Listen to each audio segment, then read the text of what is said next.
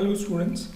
तो ये है ब्रांच अकाउंटिंग के थ्योरी का लेक्चर 4 जिसमें हम बात करने वाले हैं इंडिपेंडेंट ब्रांच क्या होती है, ठीक है, उसके फीचर्स क्या होते हैं और फॉरेन ब्रांच के बारे में भी हम लोग बात करने वाले हैं इसमें।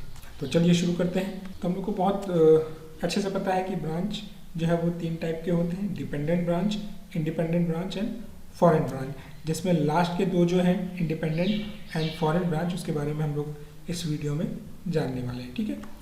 तो इंडिपेंडेंट ब्रांच को थोड़ा सा समझ लेते हैं। यहाँ हम लोग सबसे पहले branches keeping full system of accounting are called independent branch, यानी जिस किसी भी ब्रांच का अपना full proof system of accounting होता है, मीन्स व्हाट, उनका अपना कैश बुक होता है, ठीक है, हर एक ट्रांजेक्शन का अलग उनका लेजर होता है और वो finally trading and profit and loss account बनाते हैं और बैलेंस शीट भी बनाते हैं।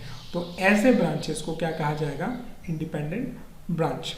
लेकिन जैसा पहले मैंने पिछले वीडियो में भी बात की थी कि अकाउंटिंग सिस्टम ही एकमात्र एलिमेंट नहीं है जो ब्रांचेस को इंडिपेंडेंट और डिपेंडेंट में डिवाइड करता है। रदर और भी बहुत सारी चीज़ें हैं जो ब्रांचेस को इंडिपेंडेंट और डिपेंडेंट में डिवाइड करता है, ठीक है। तो चलिए फीचर्स क्या होते हैं इंडिपेंडेंट ब्रांच के हम लोग देख लेते हैं। Essential features of independent branch: full accounting records are maintain. अभी मैंने थोड़ी देर पहले बात की आप लोगों से कि उनका सिस्टम ऑफ अकाउंटिंग कंप्लीट होता है। वो ऐसे एक्ट करते हैं जैसे कि वो बिजनेस का एक पार्ट ना हो बल्कि अपने आप में एक बिजनेस हो। जैसे कि हम लोगों ने ब्रांच के डेफिनेशन में देखा था कि वो एक सेगमेंट होता है एंटरप्राइज का, ठीक है। लेकिन अकाउंटिंग पर्पस से वो कैसे एक्ट करेगा? जैसे कि वो खुद अपने आप में एक एंटिटी है, एक एंटरप्राइज है, ठीक है। तो यहाँ पे फुल सिस्टम ऑफ अकाउंटिंग उनको मेंटेन करनी पड़ती है। चलिए नेक्स्ट देख लेते हैं। Allowed to purchase locally.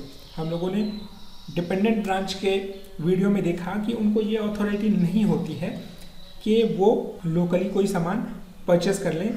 जो गुड्स हैं वो हेड ऑफिस से ही आते हैं। लेकिन इंडिपेंडेंट ब्रांच में क्या होता है कि गुड्स हेड ऑफिस से तो आते ही हैं, लेकिन अगर कोई कमी हो गई तो लोकली ब्रांच के पास ये अथॉरिटी होती है कि वो परचेस कर ले, ठीक है।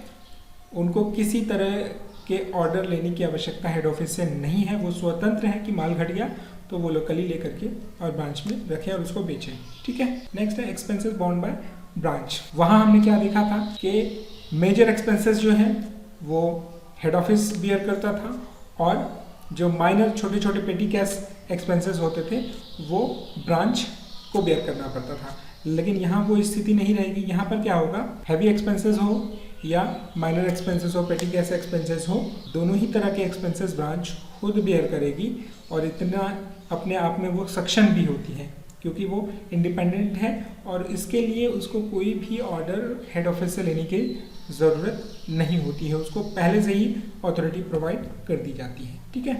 Have their own bank account. जैसा कि हम लोगों ने डिपेंडेंट में देखा कि हेड ऑफिस का एक बैंक अकाउंट खोला हुआ रहता है लोकली जहाँ पे ब्रांच होता है और ब्रांच की ये रिस्पॉन्सिबिलिटी होती है कि जो भी कैश कलेक्शन है पूरे दिन का वो जा करके उस अकाउंट में जमा कर दे। लेकिन यहाँ पर ऐसा नहीं होता है। ब्रांच का इंडिविजुअल जिस लोकेलिटी में ब्रांच है उसी ब्रांच के नाम से खाते खोल दिए जाते हैं, ठीक है। हेड ऑफिस का खाता खोलने की ज़रूरत नहीं है।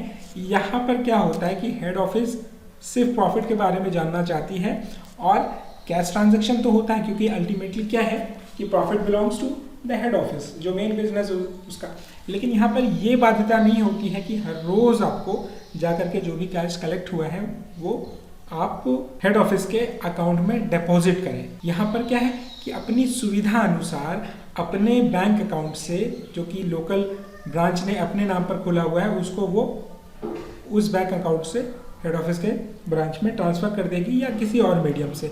लेकिन रोज़ रोज़ की बाध्यता नहीं होती है उनके पास कि हर रोज़ जमा करना है तो करना ही है, ठीक है। नेक्स्ट है sale of goods on cash and credit. वहाँ पर हम लोगों ने देखा था कि गुड्स कैसे कैश ही मोस्टली सेल करना है। लेकिन चूंकि ये इंडिपेंडेंट होते हैं तो वो डिसीज़न खुद से ले लेते हैं कि कैश में देना है किसको, किसको क्रेडिट में देना है। यानी अगर उधार भी कोई मांगने आता है और अच्छा रेपुटेटेड कस्टमर है तो उसको वो उधार दे सकते हैं, ठीक है। Supply of goods at cost और इनवॉइस। यहाँ पर ये दोनों चीज़ें सेम है, डिपेंडेंट हो या इंडिपेंडेंट हो, गुड्स का सप्लाई जो है वो दोनों ही तरीके से होता है, ये सेम पॉइंट है, वहाँ पर भी ऐसा ही था, यहाँ पर भी ऐसा ही रहेगा, ठीक है। Profit retain for future growth क्या है कि जैसा कि मैंने बैंक अकाउंट वाले पॉइंट में कहा था कि उनको ये बाध्यता नहीं होती है कि जो प्रॉफिट कमा रहे हैं और वो और या कैश जो आ रहा है वो तुरंत हेड ऑफिस को ट्रांसफ़र कर दें। वो चाहें तो प्रॉफिट को अपने पास रख सकते हैं और अपना बिजनेस लोकली बढ़ा सकते हैं। सिर्फ हिसाब आपको कर करके हेड ऑफिस को देना है ताकि उनको पता चले कि चल क्या रहा है, प्रॉफिट कितना हुआ, लॉस कितना हुआ, ठीक है। मेंटेन ए हेड ऑफिस अकाउंट, ठीक है।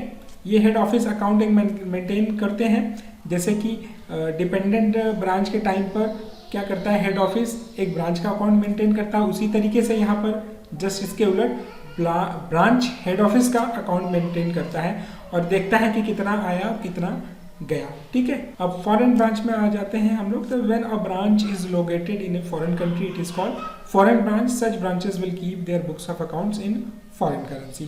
तो ठीक है, और भी इसके बहुत सारे एस्पेक्ट हैं फॉरेन ब्रांच के, लेकिन मैं सिंपली आप लोगों को बता दे रहा हूँ because this is not part of your syllabus, ठीक है ना। आपको फॉरेन ब्रांच नहीं पढ़ना है सिलेबस के अकॉर्डिंग। तो आई होप कि आप क्लियर होंगे इस इंडिपेंडेंट ब्रांच के सारे एस्पेक्ट से, और दिक्कत है तो मैं हूँ ही, कोई चिंता की बात नहीं है। So thank you once again.